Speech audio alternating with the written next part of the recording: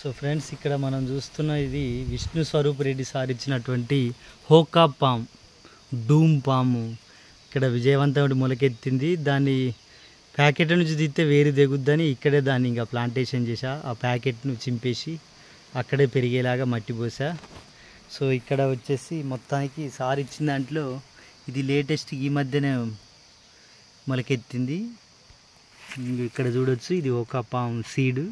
ఇది సక్సెస్ఫుల్గా హోకా పామ్ మొక్క మొలకెత్తింది. ఇందులో కూడా ఉంది, అయితే దీని వేరు కింద తెగింది.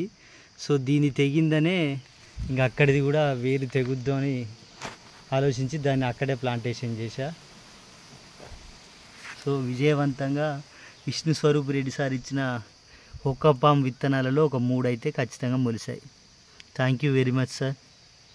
వీటిని మా చెలకాడ ఈ వర్షాకాలం ఇప్పుడు శ్రీగంధం మొక్కలతో పాటు వీటిని కూడా మా చెలకలో నాటుతా.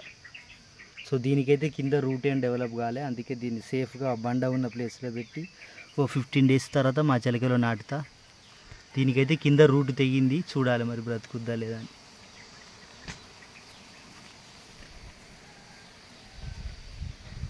సో ఇది మా శ్రీగంధం పెరడు.